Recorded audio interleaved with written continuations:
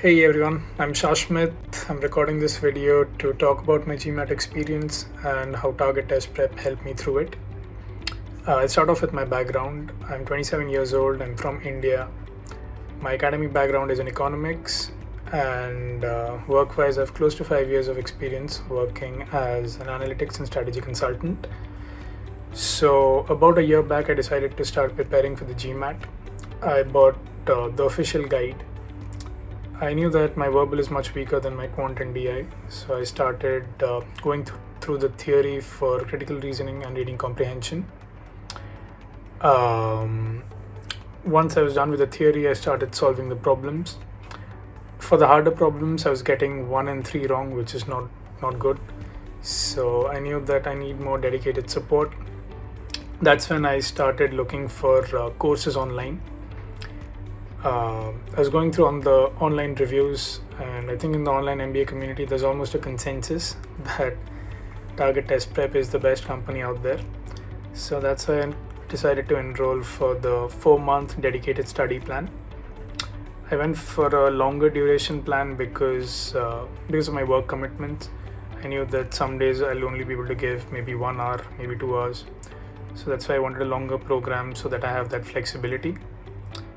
And secondly, a longer program would allow me to correct my fundamentals for verbal, which I don't think were great. So yeah, that's why I went for a longer 4-month program. Good thing about TDP's plan is that they create a personalized study plan for you based on your time commitments. So it takes away that burden off of your shoulders that you need to plan what you'll study today. You just need to show up and study and practice problems. So it makes your life much easier. The most impressive thing about their course, I would say, is just how comprehensive it is. So any topic that you might encounter in the GMAT exam, you will see that covered in this course. And within each topic, let's say rate, time, distance, work, you will see so many different variants of problems. It's extremely unlikely that come exam day, you will encounter a completely new type of problem. And even if you do, because they teach from the basics, from scratch, you should have the tools to be able to solve new problems as well. So I think that's the best feature about the course, just how comprehensive it is. For me personally, because I took the course because of verbal, it completely changed my mindset.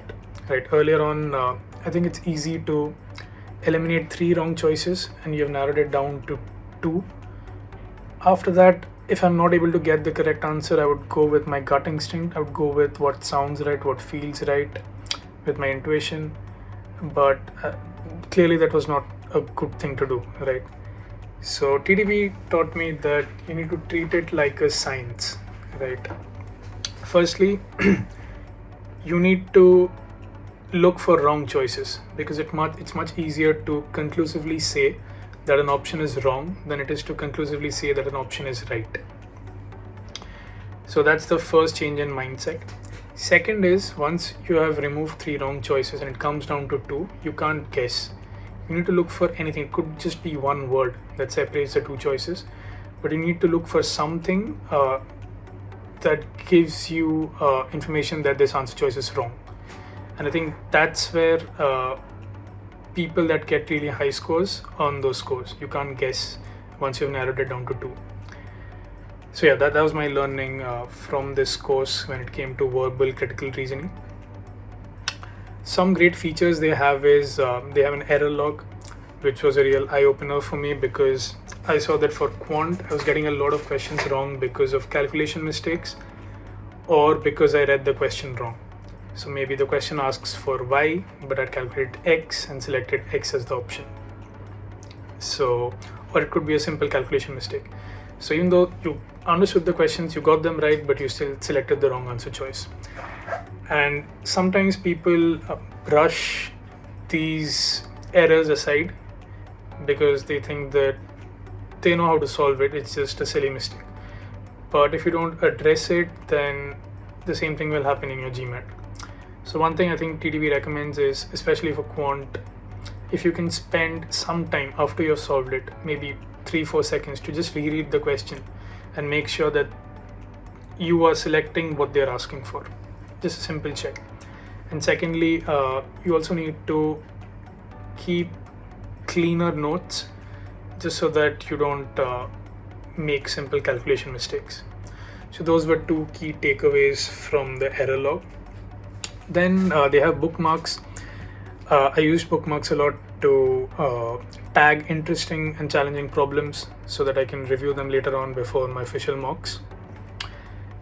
Yeah, so once I was done with the study plan, I felt good. I decided to sit for official mocks. I gave 3 of them. I scored 755, 735, 735. So I felt like I was ready for the GMAT. So that's when I scheduled the GMAT exam, my first attempt. Come exam day, I felt extremely anxious. It had been more than 7 years since I'd taken a competitive exam. I had underestimated just how nervous I would be come exam day. With data insights, I really struggled with time because I was constantly rereading certain lines because I was not able to focus and understand what was being said. So, and once there's time pressure, your performance worsens, in my experience at least. So I didn't do great. I got a 695. It's not bad, but because I come from an extremely overrepresented applicant pool, I knew that my GMAT score has to stand out. And because 695 is significantly lower than my mock scores on average, it was between 735 to 755, I decided to take another attempt. So I waited for around 2 weeks, which I believe is the minimum mandatory waiting time, and gave my second attempt. This time around, I tried to stay as relaxed as possible, and I think it came naturally as well because in the back of my mind, I knew that I still have a semi-decent score. So it's not the end of the world if the second attempt doesn't go well. So I felt a lot more relaxed because also I was comfortable with my surroundings. So that would be a piece of advice that I would give everyone. If your first attempt doesn't go as well as your mocks, it's worth giving another attempt, right? Because you'll only do your MBA once, and GMAT does play a big role in both your application and your scholarships. So yeah, the second attempt went well and I scored a 755.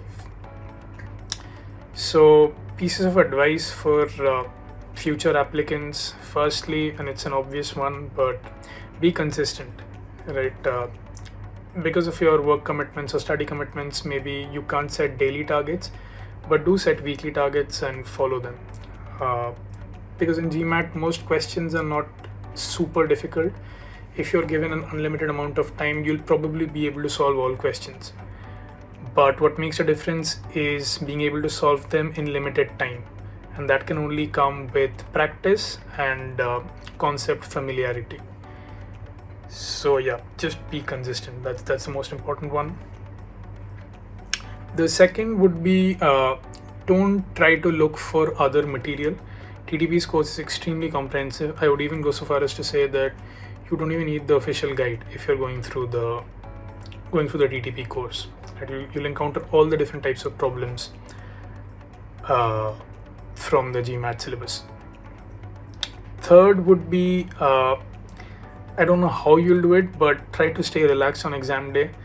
It's a factor that I definitely underestimated, but it'll play a huge role, right? So do some introspection, think about what might make your life easier come exam day, but yeah, try to stay relaxed. It makes a big difference. Okay, one more piece of advice would be, and this is my personal opinion, often people give mock tests that are facilitated by these private prep companies. I think it's best to just limit yourself to the official GMAT mocks, because the private mocks, they're not really similar in terms of types of questions, in terms of timing, and it can really set your confidence back. So I would say stick with the official GMAT. So just as an example, while I was giving the official mocks, I was getting 735 to 755. At the same time, I was also giving some private mocks from other companies, and I was scoring in the low 600s. I even scored one in the high 500s. So I think it's meaningless, and it's better to build your confidence with just official GMAT mocks. It's much more accurate as well. Right, so that's all I wanted to cover. Just want to finish off by saying thank you so much for Target Test Prep. I definitely would not have gotten this score without your help, and I recommend Target Test Prep extremely highly. Thank you.